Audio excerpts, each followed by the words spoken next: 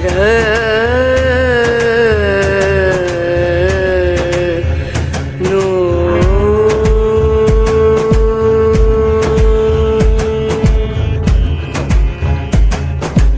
राधे, जय माता की भक्तों।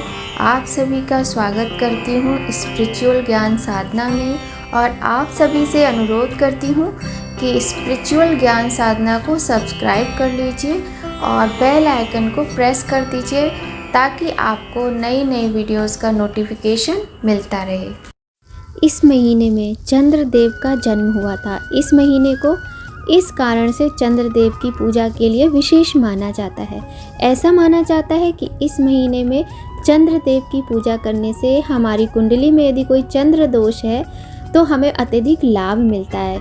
इस महीने में भगवान भोलेनाथ की महाशिवरात्रि जैसा महापर्व आता है, साथ ही होली जैसा अत्यधिक महत्वपूर्ण त्यौहार भी मनाया जाता है। जय माता की, राधे राधे। कैसे आप सभी लोग? आशा करते हैं सभी लोग बहुत अच्छे होंगे और कमेंट में जय माता की, राधे राधे, हर हर महादेव कुछ भी लिखिएगा, अवश्य ही लिखिएगा। आप सभी का बहुत बहुत स्वागत है स्पिरिचुअल ज्ञान साधना में। और आज की जो वीडियो है वो आप समझ ही गए होंगे टाइटल देख के, लेकिन फिर से हम बताते हैं। फाल्गुन का जो मास प्रारंभ हो गया है, जैसा कि आप सभी को पता है 24 तारीख की पूर्णिमा थी। 25 फरवरी से फाल्गुन का मास प्रारंभ हो गया है। तो आज की वीडियो में हम इस रंग भरे फाल्गुन मास के विषय में ही बहुत सारी चर्चा करने वाले हैं। तो आइए प्रारंभ करते हैं आज की वीडियो। सबसे पहले आपसे एक निवेदन करना चाहेंगे कि अगर आपको हमारी वीडियो थोड़ी भी पसंद आए तो लाइक अवश्य ही कीजिएगा। आपका एक लाइक हमें बहुत अधिक प्रेरणा देता है और हिम्मत देता है ताकि हम और अच्छी अच्छी वीडियोस बना सकें। तो हिंदू कैलेंडर के 12 महीनों की लिस्ट में आखिरी महीना फाल्गुन मास का ही होता है। इसे फाग माह भी कहते हैं। रंगों का त्यौहार होली इसी महीने में आता है। इस मास की रौनक देखते ही बनती है। जहाँ बसंत ऋतु अपनी पूरी उमंग पर होती है, वहीं होली का इंतज़ार भी होता है। हालांकि इसी महीने में गर्मी की दस्तक भी हो जाती है, सर्दी जाने लगती है और गर्मी का आगमन होता है। धार्मिक दृष्टि से देखा जाए तो फाल्गुन माह अपना एक खास महत्व रखता है। इस महीने में कई बड़े बड़े व्रत एवं त्यौहार आते हैं, जिनमें होली, महाशिवरात्रि, फुलेरा द्योज आदि बड़े पैमाने पर मनाए जाते हैं। फाल्गुन महीने के लिए कुछ नियम भी बताए गए हैं हमारे शास्त्रों में।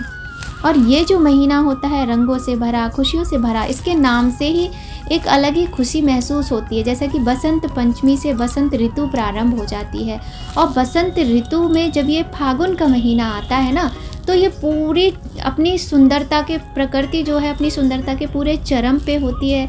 चारों तरफ रंग बिरंगों की जो प्राकृतिक दृश्य होते हैं उनकी छटा निराली होती है। और ऐसा माना जाता है कि इस महीने में शादी ब्याह करना अत्यधिक शुभ माना जाता है और एक तरीके से ये महीना प्रेम का प्रतीक भी होता है। चाहे वो ऐसा नहीं है कि प्रेमियों की बात यहाँ हो रही है, चाहे वो माता पिता हो, चाहे भाई बहन हो, चाहे परिवार हो, चाहे ईश्वर के प्रति अपना प्रेम हो, तो पूरी जो प्रकृति है ना वो सौंदर्य से भर जाती है। और ये जो प्रेम होता है ये अलग तरह का प्रेम होता है। इसमें ईश्वर के प्रति जो प्रेम होता है हमारा, उसके द्वारा हम भगवान को कई तरीके से मनाकर अपनी मनोकामनाएं पूर्ण करते हैं। महाशिवरात्रि का जो महापर्व आता है, पूरा संसार उस दिन शिवमय हो जाता है और बहुत सुंदर तरीके से महाशिवरात्रि का त्यौहार मनाया जाता है। इसके बाद रंगों से भरी हुई जब होली आती है, फिर उसके तो क्या मतलब कहने ही क्या है। होली के विषय में क्या कहा जाए। हमारे देश का, हमारे हिंदू धर्म का बहुत बहुत बहुत बड़ा त्यौहार है होली। और फाल्गुन माह में ही चंद्रदेव का उद्गम हुआ था। इसी कारण से इस माह में चंद्रदेव की उपासना करना बहुत अधिक शुभ माना जाता है। जब हम शिव जी की पूजा करते हैं तो चंद्रदेव की पूजा स्वयं ही हो जाती है। इसके अलावा आप अलग से भी चंद्र देवता से जुड़ी पूजा कर सकते हैं, उपाय कर सकते हैं। चंद्रदेव की पूजा करने के लिए ये मास बहुत अधिक उपयुक्त है। ऐसा भी कहा जाता है कि इस माह में चंद्र देव के जो उपाय होते हैं वो करके हम अपनी कुंडली में चंद्रमा की स्थिति को बहुत अधिक मजबूत बना सकते हैं। और केवल उसको ही मजबूत नहीं बना सकते हैं, बल्कि चंद्रमा के शुभ प्रभाव से व्यक्ति को मानसिक, आत्मिक, शारीरिक, आर्थिक, भौतिक, सांसारिक आदि सभी प्रकार के सुखों की प्राप्ति होती है। इस महीने में बहुत ही सुंदर सुंदर त्यौहार होते हैं। और देखिए, कहा जाता है कि ये जो महीना आता है ये हमें बहुत सारी चीज़ें सिखाने के लिए भी आता है। एक शिक्षा मिलती है हमें इस महीने से, जैसे कि ये जो गुलाबी मौसम है, कोई बसंती बोलता है, कोई कुछ बोलता है, कोई कुछ बोलता है। तो जो हमारा मन होता है ना, मन देखिए चंचल होता है। हमेशा ही कहा जाता है कि मन बहुत अधिक चंचल होता है। तो जो मन की चंचलता है उसको आपको अपने नियंत्रण में, अपने कंट्रोल में रखना सिखाता है ये महीना। इस महीने में इसीलिए इतने सारे त्यौहार आते हैं और हर त्यौहार का महत्व भी बहुत अधिक बढ़ जाता है। तो हमें अपने विचारों को, अपने मन के भावों को कैसे कंट्रोल करना है, कैसे हमें अपनी इंद्रियों को नियंत्रण में रखना है, ये सारा कुछ हमें ये महीना सिखाता है। क्योंकि जब हम पूजा पाठ करते हैं तो देखिए फल तो उसका कहीं ना कहीं हमें मिलता ही है। तो सबसे पहले हम आपको बताते हैं कि 28 फरवरी दिन बुधवार को संकष्टी चतुर्थी गणेश जी का त्यौहार है। गणेश जी का जो ये बसंत में जब ये जो व्रत आता है, तो संकष्टी चतुर्थी का ये व्रत अनेकों मनोकामनाओं को पूर्ण करने वाला होता है, साथ ही हमें संकटों से मुक्ति दिलाता है। अब हम बात करते हैं इसके आगे कौन कौन से त्यौहार आने वाले हैं फाल्गुन मास में। तो 1 मार्च दिन शुक्रवार को यशोदा जयंती है। 3 मार्च रविवार को भानु सप्तमी है, शबरी जयंती। और 4 मार्च दिन सोमवार को जानकी जयंती है। 6 मार्च दिन बुधवार को विजया एकादशी है। 8 मार्च दिन शुक्रवार महाशिवरात्रि है, प्रदोष व्रत है, मासिक शिवरात्रि है और महाशिवरात्रि है। 10 मार्च को हमारी अमावस्या आ जाएगी। इस बात का विशेष ध्यान रखें, इस महीने की अमावस्या का भी बहुत अधिक महत्व होता है। 12 मार्च दिन मंगलवार को फुलेरा द्यूज है। फुलेरा द्यूज बहुत बड़ी तिथि होती है, शुभ कार्यों के लिए बहुत ही शुभ रहती है। 13 मार्च दिन बुधवार को फिर से विनायक चतुर्थी है। 14 मार्च को संक्रांति है और 20 मार्च को आमल की एकादशी। 22 मार्च प्रदोष व्रत रहेगा।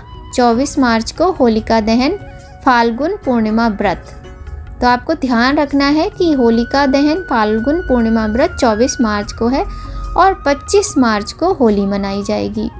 तो इस प्रकार से इस महीने में इतने सारे त्यौहार आते हैं। समय समय पर हम आपको और भी बहुत अच्छी जानकारी फाल्गुन मास के विषय में देते रहेंगे।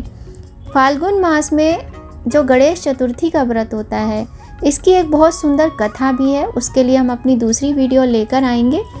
और इस महीने की जो गणेश चतुर्थी होती है ना, इसका भी बहुत अधिक महत्व होता है।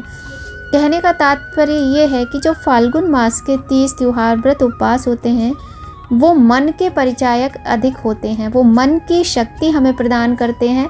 और फाल्गुन मास में देवी देवताओं की पूजा अर्चना करने से, अनुष्ठान करने से, व्रत उपवास करने से हमारे मन को शक्ति मिलती है और शांति भी मिलती है। तो मन के देवता चंद्र देवता की पूजा इस महीने में पूर्ण भाव से, प्रेम से, श्रद्धा से अवश्य ही करें और सभी के लिए बहुत अधिक फलदायी रहती है ये पूजा। जब आप शिव जी की पूजा करते हैं तो स्वतः ही चंद्रदेव का पूजन हो जाता है, किंतु आप यदि अलग से पूजन करना चाहते हैं तो हम उसके लिए आपको बताते हैं एक मंत्र। आप चाहें तो पूरे फाल्गुन महीने में भी पूरे महीने आप चंद्रदेव को अर्घ दे सकते हैं। और कुछ दिन ऐसे होते हैं अमावस्या तक के कि जो चंद्रदेव आसानी से दिखते नहीं हैं, कभी बादल हो जाते हैं, कभी लेट निकलते हैं, तो आप उनका भाव करके भी उनको अर्घ दे सकते हैं। अर्घ देने के लिए आपको सबसे पहले एक बात का ध्यान रखना है यहाँ पर कि आपको तांबे के लोटे का प्रयोग नहीं करना। आप स्टील का लोटा लीजिए या आप चांदी का ले लीजिए, बेस्ट है।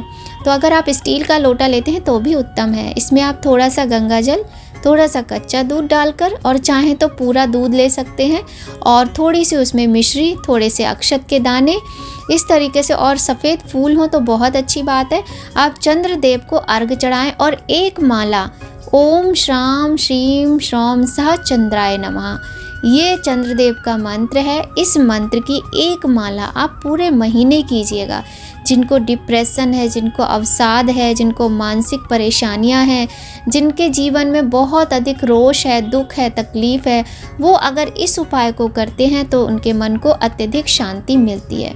साथ ही आप ओम सोमाय नमः का जाप भी कर सकते हैं और पूरे महीने चंद्रदेव को अर्घ दें या फिर भगवान शिव की पूजा करें। सुबह मंदिर में जाकर शिवलिंग पर कच्चा दूध अर्पण करें, कुछ मीठा मिलाकर, तो आपके जो चंद्र ग्रह हैं कुंडली में वो बहुत उत्तम अवस्था में आते हैं और जो कुंडली का दोष होता है वो दूर होता है। तो इस प्रकार से आज की वीडियो में हमने फाल्गुन महीने का महत्व जाना। आशा करते हैं आपको ये वीडियो पसंद अवश्य ही आएगी। अगर हमारी वीडियो आपके लिए थोड़ी भी हेल्पफुल हो तो एक लाइक अवश्य कीजिएगा। आपके लाइक से हमें बहुत अधिक प्रेरणा मिलती है और हिम्मत मिलती है।